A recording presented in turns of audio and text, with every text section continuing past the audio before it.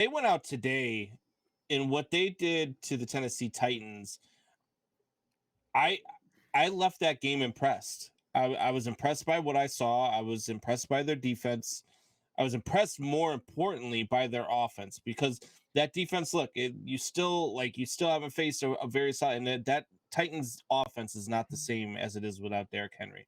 But Nope. that defense and the way they that offense and the way that they went after that secondary of the Tennessee Titans, to me was what impressed me the most about this team.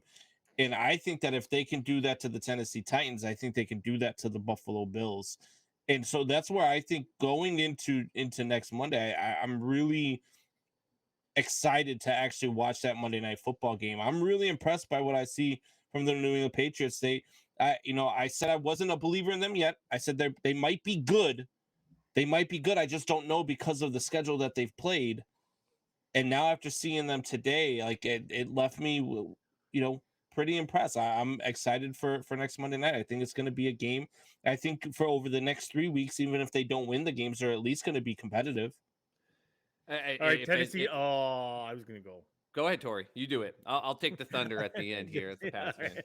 So the thing is, I'm going to make Tennessee Titan fans happy because apparently, according to their YouTube comments on our clips, all I do is trash the Titans and talk bad about them, just like the Cardinals fans, except I really do just talk bad about the Cardinals. So shut the hell up.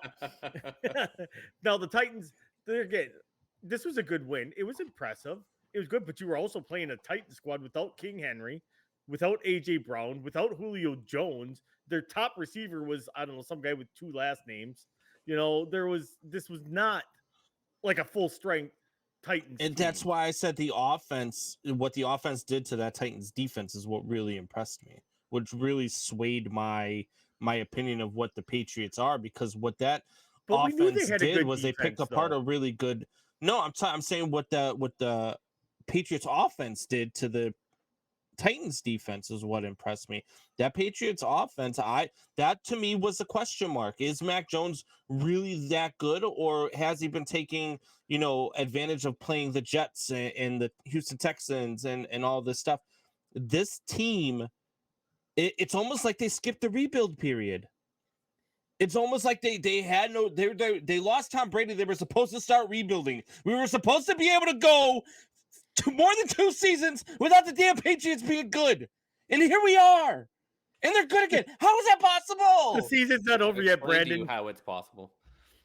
Explain to me. I've explained to everyone how that was possible. There was a huge poker decision that Bill Belichick made last year, which was to make it a 1-year rebuild. Why? Because they went out with absolutely no cap space. People forget they did actually give Brady an offer, but everyone knew that wasn't going to happen because Brady wanted out. Bill, I think, was done with the whole scenario. But if they signed Brady, they're going to have to make a ton of cap space moves. And instead, Brady not signing, they said, okay, they got Cam Newton in for $1 million. And everyone's like, oh, they'll only give him $1 million. No one else wanted him. And they didn't have that much money. After that, they had like $800,000 in salary cap space. Then half the team goes and decides to get on the COVID list. More players on the Patriots combined than any other team in the AFC total had more people out. And they had $25.5 million in cap space. I remember they almost beat Seattle. And then Cam Newton had COVID and they went to Kansas City. And everyone was like, man, if Cam was in there, they would have had it. And there was all this stuff like, you now have $26 million in cap space. Go get someone. Go do it. Right then and right there, Bill Belichick realized when I get my key players back on defense, and if I play my cards right, we're going to be just fine. I just need to find the right type of quarterback. And he loved Cam Newton. Like, the amount of praise that Bill Belichick gave Cam Newton all the time was insane. It really was. But he also wasn't dumb. He knew Cam Newton didn't fully study the playbook. He called one audible all year. And instead of saying, okay, we have a chance to get a wild card, he knew that team wasn't going to go any further. So Bill Belichick said, I hold. I'll wait. And he held. And he went out. And in the rest of the NFL, I said it draft night. I said it to you, Combs. I said it to a bunch of people. You're all going to regret either letting Fields or Jones drop down to the Patriots and not making them trade up. They got to keep all their leverage and anything else. They got great players, as they always do. They got all their key players back on defense. They go out and they take the cap space instead and go get Hunter Henry, Judon, We got to see the other tight end there. His John Smith. Jonnu Smith, who of course they put him in there against Tennessee to kind of be like, this is what you lost. That's why I tried to put Jonnu in any league I had fantasy this week, because you knew Bill was going to be like, you shouldn't have let him go. Here he is. And this is what they did. They were, of course, not with Tom Brady. You're missing one of the greatest players of all time. So automatic, like, hey, can you bet against them going to the Super Bowl? Sure, you can. They're not that. But this team with Bill Belichick, it just proves that everyone was like, well, was it Bill or was it Brady? Was it Bill or was it Brady?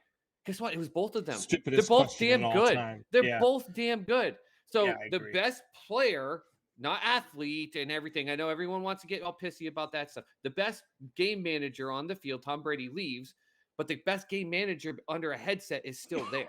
And you still have all of his players. And as crazy as it is, Hightower and some of these other players going out of COVID last year, they got a free year off to rest their bodies, get healed up, Yeah. didn't go through the playoff grind, didn't put the extra plays in, didn't tear their ACLs, MCLs, or anything like that.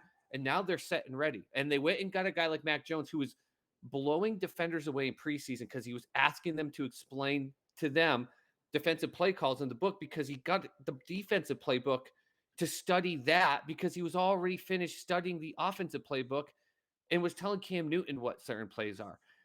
Are they back, like guaranteed Super Bowl back? Absolutely not. But to me, everyone, when you think of rebuild, you think of a team completely getting depleted and going to the bottom and having to get a top 5 pick and getting a ton of cap space. And instead, it wasn't a rebuild, it was a pause. It was Bill Belichick going, I know what I've got for draft space. I know what I've got for salary cap space. I know what I've got for players that are going to be coming back. And in the middle of the season, when people are like, they're going to make the playoffs, he says, I'll wait. And that was it. That was the key play. That fact that we're sitting here now with the Patriots at 8-4 is because Bill Belichick didn't take that free $25 million and go crazy. He waited. He let the season go through. Everyone, like you, were like, oh, they got to go through rebuild. And instead, it was just him saying, I'm only a few pieces short. I'll